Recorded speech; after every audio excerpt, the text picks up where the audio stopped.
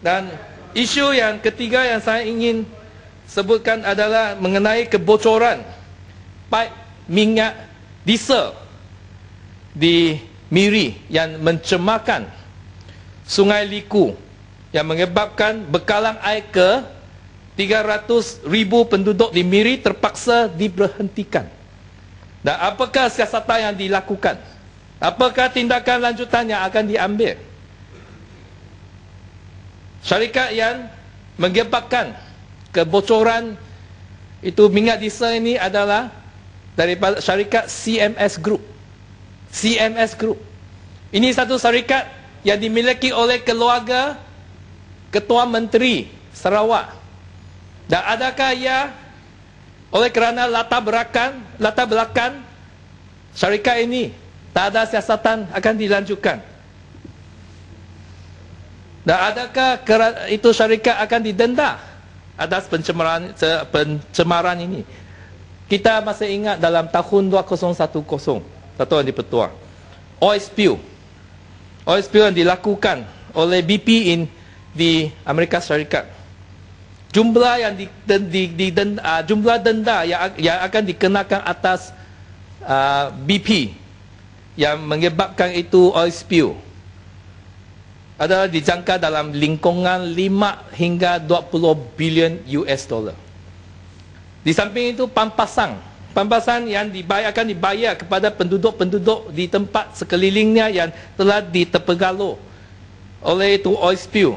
Ini ada dalam jangkaan 7.8 bilion US dollar. Dan cara penyiasatan dan cara pengurusan bencana itu yang berketelusan dan bertanggungjawab itu yang memberi keyakinan orang ramai terhadap kerajaan Amerika Syarikat. Dan ia juga akan memastikan syarikat-syarikat yang berkenaan agar supaya lebih berhati-hati di masa kelak. Tetapi dalam kes ini, dalam kes di Miri, itu CMS Company, CMS Premix, ini yang merupakan satu pencemaran air minuman yang terteruk sekali di sejarah Sarawak dan bahkan di Malaysia.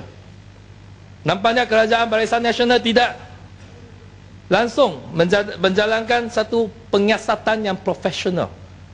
Seolah-olah kerajaan Barisan Nasional berniat untuk mengelindungi penyiasatan perkara tersebut. Akankah CMS Premix dan perkara-perkara yang akan didakwa dalam mahkamah, akan didakwa dalam mahkamah atas kecuaian mereka yang menyebabkan pencemaran air yang teruk sekali di Sarawak? Adakah itu disebabkan syarikat yang melakukan pencemaran ini adalah CMS Premix? Oleh itu, tak ada siasatan yang berketelusan akan dibuat, tak ada tindakan lanjutan akan dibuat.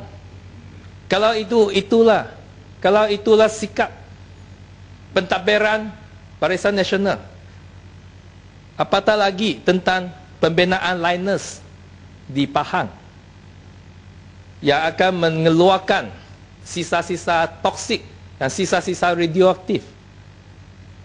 Ini mengenai kepercayaan rakyat atas pentadbiran Barisan Nasional. Satu kes pencemaran air pun tak dapat siasat dengan baik-baik.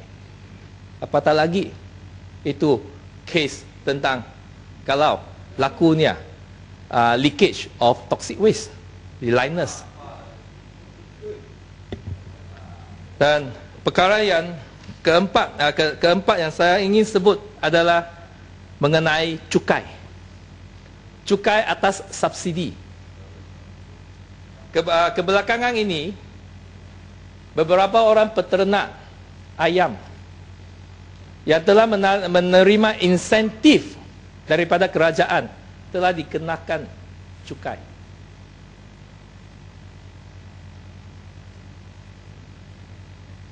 Dan alasan yang diberi oleh lembaga hasil dalam negeri adalah mengikut perintah Cukai Pendapatan Pengecualian nombor 22/2006 dan garis panduan berkaitan pengecualian cukai ke atas pemberian atau subsidi, geran dan pendapatan pihak berkuasa berkanun. Atas perintah ini dan garis panduan ini, bantuan subsidi, geran, ini alasan yang diberi oleh Lembaga Hasil Dalam Negara. Bantuan subsidi geran yang diterima daripada kerajaan adalah tidak dikenakan cukai, dan semua perbelanjaan yang berkaitan dengan aktiviti pemberian subsidi tersebut tidak dibenarkan untuk ditolak daripada jumlah pendapatan tuan. Apa maksudnya?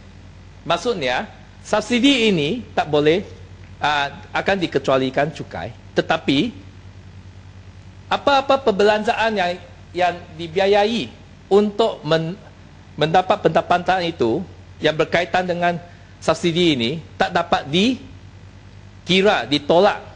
Oleh itu, dalam kata lain, cukai yang diberi harus dikenakan cukai. Dan beberapa orang penternak ayam, mereka terima subsidi atau insentif bantuan kerajaan dalam tahun 2007, tahun 2008, tahun 2009, tahun 2010. Nah, tahun ini mereka terima satu notis daripada Lembaga Hasil Dalam Negeri bahawa mereka mesti bayar cukai atas jumlah yang diterima bantuan kerajaan ini. Klasifikasi bantuan yang diberikan oleh kerajaan menurut apa yang ditulis dalam surat tuntutan ini, tuntutan daripada Lembaga Hasil Dalam Negeri adalah subsidi. Akta yang berkenaan bahawa memperuntukkan bahawa subsidi perlu bayar cukai, tapi insentif tak payah. Skim yang peternak itu berkenaan menerima bantuan ini adalah skim permohonan insentif. Semasa mereka memohon insentif itu, mereka tidak diberitahu nak bayar cukai. Nah, kenapa 4 tahun selepas itu mereka dikena cukai? Adakah ya kerana Lembaga Hasil Dalam Negeri sia-sia memungut cukai kerana otang kerajaan begitu besar telah menjangkaui 456 bilion pada akhir tahun lalu 2011. Oleh itu kerajaan telah kekurangan duit, kekurangan dana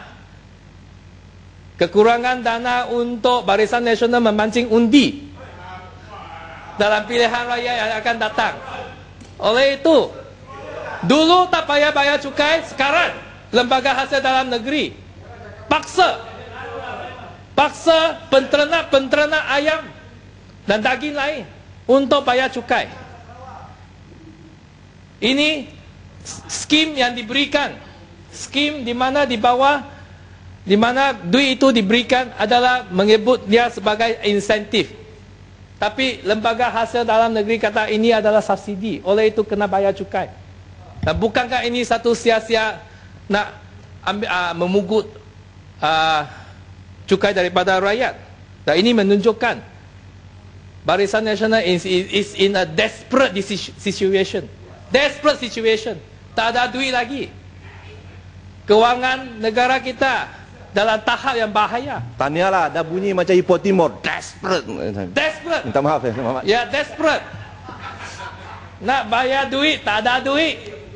Nak bayar duit untuk pancing undi, tak ada duit. Apa boleh buat? Pungut cukai lagi lah.